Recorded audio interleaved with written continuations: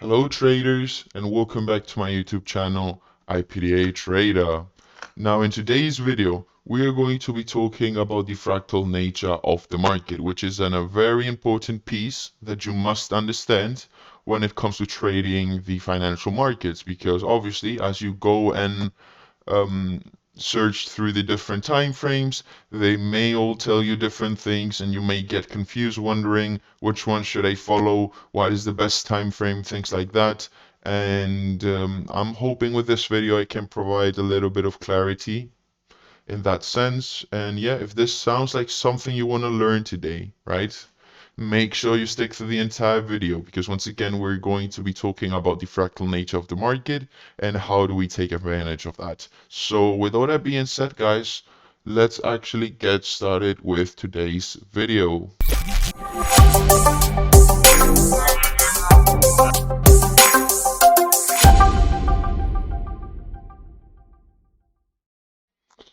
Okay guys, so we're gonna get started over here, and once again we're gonna talk about the fractal nature of the market. And the very first thing that I want you to understand is that all the concepts that I teach on this channel actually apply to every single time frame that you see on the top left corner, right?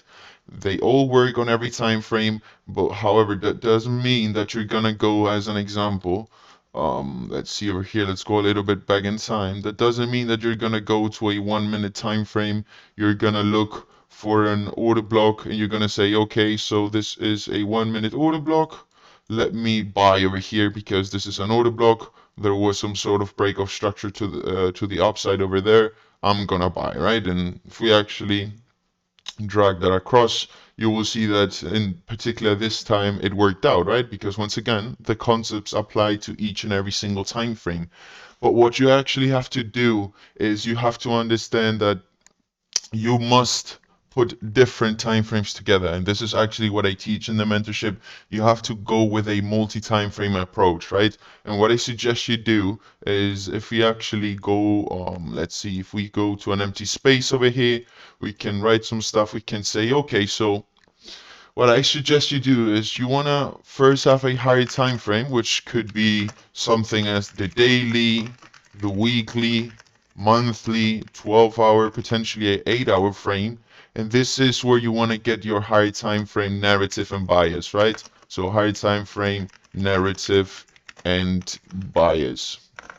Now, the way that I teach is that then you want to look for an intraday time frames, right? Such as the 1 hour, 2 hour, 3 hour, 4 hour, 5 hour, potentially 45-minute frame. You get the idea. And you want to use that time frame to determine your structure, your liquidity, and your point of interest. And after that, once you've done all that and you have your high time frame narrative, which you, once again, you will get from looking at your daily, weekly, monthly, things like that. And after you've done that and you went through your intraday time frames where you're looking to map out potentially your POIs, your structural play, the liquidity story that you're following, then you want to have something called your execution. So we do execution trigger time frame, right? Which should be anywhere between the 1 minute, would not suggest going lower than that, and the 15-minute, right? So this is how you use the different time frames, right? And now you understand that there is no better time frame, right? Because I get the question all the time, what time frame is the best? There is no such thing as the best time frame, right? You have to use multiple time frames for multiple purposes. As we can see over here, I've told you to focus on the daily, weekly, monthly, potentially 12-hour, 8-hour for your narrative. This is what you get your overall story, right? Let's go to a 12-hour time frame. Let's go over here in GU. What is really happening over here? You can say, okay, so look, we had an expansion to the downside with this leg coming down. We had a BOS to the downside, which signifies me that we are in a bearish trend. Now I look closely over here and I see that we may start pulling back, right? We may be in a retracement phase, which may continue till we hit a point over here. maybe this POI, and then we start moving back down, because once again, based on your higher time frame narrative, we are in a bearish environment, right? And this could very well just be a retracement leg to continue further down, right? Based on, once again, your high time frame trend. Once again, you don't need to go crazy in terms of mapping out everything. You're just looking for a bias and a reference point, right? And after you've done that, you can safely move on to a 1 hour time frame, a 2 hour time frame, 3 hour time frame, whatever it may be, and you want to start looking at your liquidity pools, right? So you can see over here, I've denoted some trendline liquidity, I've denoted some structural breaks, I've denoted some POIs to my left, and I'm essentially mapping out where do I want to execute, why do I want to execute there, and what is my liquidity story suggesting me, right? And after I've done all of that, and only after I've done all of that, I can potentially go to a 30-minute, a 15-minute, a 10-minute frame and look at price hitting potential areas, right? You can say to yourself, okay, so let's see over here. Let's see if we can get rid of some of the stuff over here. Let's see, okay, so look, we're hitting a point of interest. It's below Asian low liquidity. I do see some shifts. I may want to execute over here, right? And as you can see now, you're not looking at a random 1 minute order block, even though this is a 1 minute order block, but this is a 1 minute order block that's in line with my bias, right? If you remember, if you look at the 2 hour time frame as an example, this is a POI that I had marked out, that was sent out, that was discussed in the weekly outlook video for the private members in the community. So you must understand that you have to be putting all these different time frames together and applying that, right? Just remember that based on how your lifestyle is and the amount of time you have and things like that, you may have to switch things around, right? As an example, if I work a full-time job, I may want to stick to the higher time frame, right? And say, okay, so this is my 8 hour time frame, and I'm gonna be looking, as an example, let's see if I can get what I want to do. As an example, I want to sell over here because I do not have the time to look at a market for an extended period of time, and I have to work a job. So I'm going to work with a risk entry over here, and I'm going to look to target the opposite end of the range, right? Things like that. Based on the amount of time that you have available to you to look and watch the markets, you have to adapt, right? If you work, once again, a full-time job, you may have to work with risk entries, and higher time frame blocks, right? You can make it work, but you are not going to be as precise in terms of your entries as somebody else who is able to watch the markets for every single London and New York session, right? So you have to be okay with those different ideas. You have to be able to make trading work for you in terms of the way that you want to trade based on your lifestyle, right? So I think this is pretty much most of what I wanted to cover today. Once again, you have to be able to put the different time frames in together and into perspective, because even though if you look at a lower time frame, all the concepts apply, right? All the blocks will hold left, right, and center, some will not.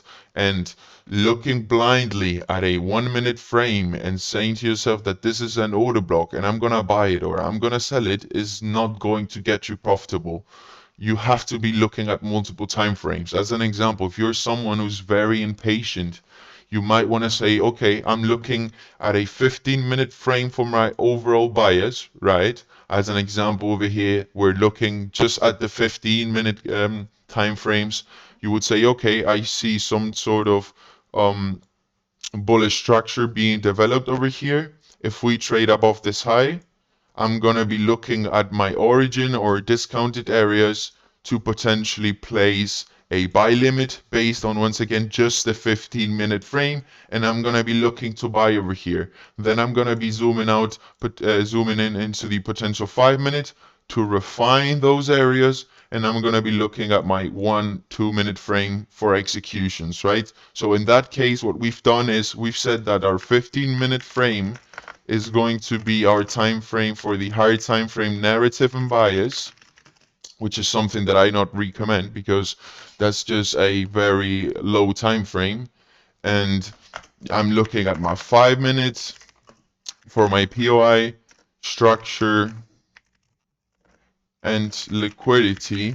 And lastly, I'm looking at my, from the 1 minute, let's say to the 3 minutes, I'm looking at my execution time frame, right? This is where I'm going to be triggering in trades, trigger time frame. So as you can see, even though this is not something that I recommend, as long as you're putting different time frames together, in this example, we're using the 15-minute, we're using the 5 minute, we're using the 1 minute, you will have a better chance of actually putting your money in a better position to win rather than somebody else who is just maybe working out of the 5 minute frame, trying to trade every single order block that they see without much reasoning behind it, right? But once again, what I teach and recommend is that you sort of go with this approach to the left, right?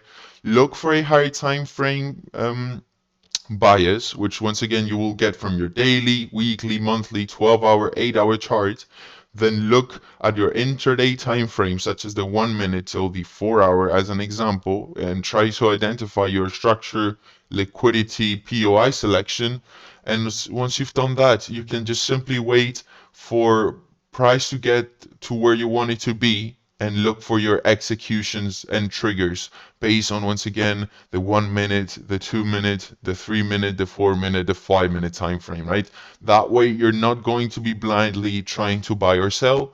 You're putting different pieces together to make sure that you have a great opportunity every time you're executing a position in the markets, right? So that's essentially pretty much everything that I wanted to talk about. Remember, the market is fractal. Every single time frame does the exact same thing, right? It's just that basing your POIs and your structural plays on higher time frames, such as the 3-hour, the 4-hour, will give you a better probability because higher time frame blocks contain more orders in them, right, than lower time frame blocks. So that means that you will have a better opportunity when it comes to trading these blocks, right? It is very unlikely that a 4-hour time frame block, such as this one over here that I actually traded, will just get blown through without much mitigation. I mean, there is a probability it can do that, right? Always. But for the most part, you will see some sort of bullish mitigation as you zoom into the lower time frame, which will allow you to enter trades and execute positions, right?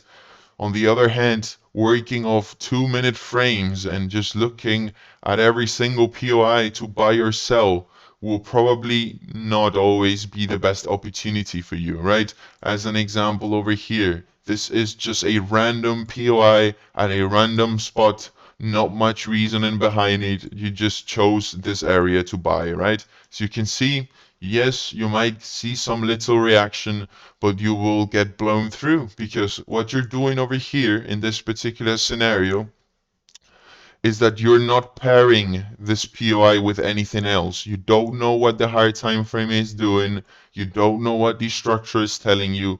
You don't know what the liquidity story is suggesting you. All you've done is chosen a random POI at a random time because you think every single order block must hold. And truthfully, they don't. Majority of them don't. But based on the higher time frame bias and higher time frame frames, you will have a better chance of your order blocks actually providing you some sort of move. Because as we said before, higher time frame blocks have more orders in them. So there is a higher chance that they're going to see some sort of mitigation, right? So with that being said, that's gonna wrap up today's video. I think the main takeaways over here is that you must put different time frames together. You must remove the idea that there is a better time frame because, as we said, it depends on your lifestyle and the amount of time that you're able to look at a market, and just simply trying to put your money in the best position to win, which you will achieve by putting as much confluence and information together every time you're executing a trade, right? So get out of the idea that every single 1 minute order block that you see in the chart is going to be responsible for some it's going to be responsible for a big move, and you're going to be able to capture that. Get out of that mindset and get in the mindset of putting as much confluence, which once again, for that you have to go through the different time frames and trying to execute positions that way.